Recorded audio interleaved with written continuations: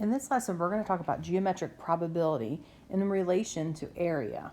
Okay, so in our previous assignment, you looked at probability. Now we're going to throw how probability and geometry work together. So what we're going to do is we're going to find the geometric probability of picking a random point in the shaded region of the figure here on the left. Okay, so we're looking at this figure on the left. We're going to separate visually what's going to happen to find that shaded region, and then what we're going to do is we're going to find the probability. So let's start with, we have a circle and a square. So if I want to find the area of the shaded red region there, I need to take the area of that square and subtract away my circle. All right, so the area of the square, if my radius is 8, that means each side length has to be 16. So the area of my square is going to be 16 by 16. The area of my circle we know is pi r squared, so that's going to be pi times 8 squared. Okay, so 16 times 16, that's 256. And then pi r squared, so pi times 8 squared, or 64, is 201.1. So if I subtract those two, I'm going to have the area of just that red region. So 256 minus 201.1 gives us 54.9.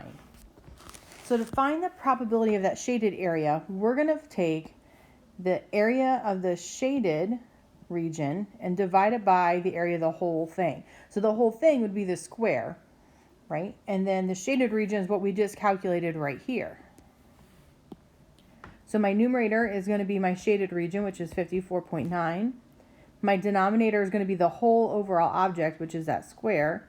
So that'd be 256. So I'm going to need to divide those out. I have 54.9 divided by 256.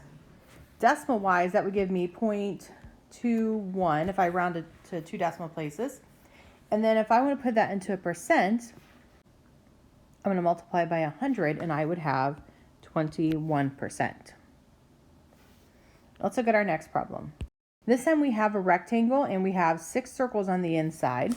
Okay, so if I can find the area of my rectangle, take away 6 circles, then I would have the area of that red region. All right, so now my radius of each circle is 3. So keep in mind there's a radius here and a radius here. That's a total of 6. Here would be a total of 6 and here would be a total of 6. So the width of this rectangle is going to be 18. And now if I think vertically, I have to have 6 units this way and 6 units this way. That would be 12. So the area of my rectangle is going to be 12 by 18. If I think about my circles, I have pi times the radius squared, which is 3 squared, but I have 6 of those, so I still have to multiply that by 6. So let's go ahead and do our calculations. The area of the rectangle, 12 by 18, is 216.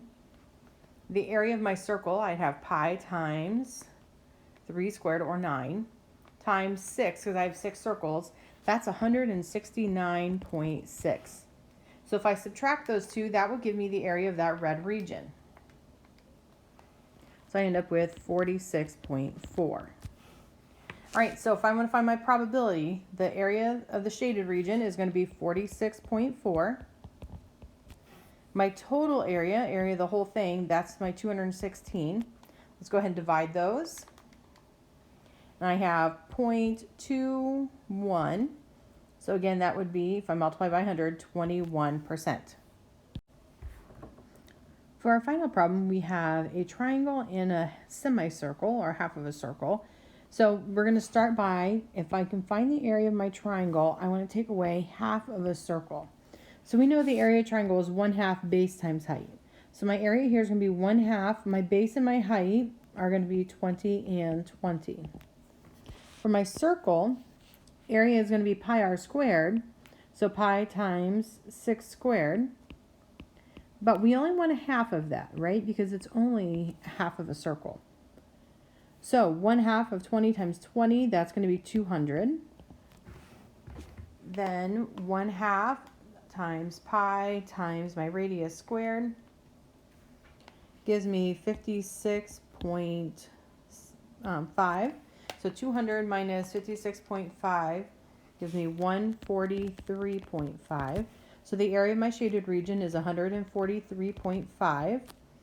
My whole area, that was a triangle, is 200. If I divide those out, I'm going to have 0.72, which then would be 72%.